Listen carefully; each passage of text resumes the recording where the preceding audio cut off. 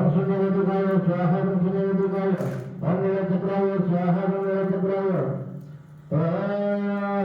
रत्नसिंहासनाय स्वाहा रत्नसिंहासनाय नमः वासुदेवाय स्वाहा नमः वासुदेवाय राधाकृष्णाय स्वाहा राधाकृष्णाय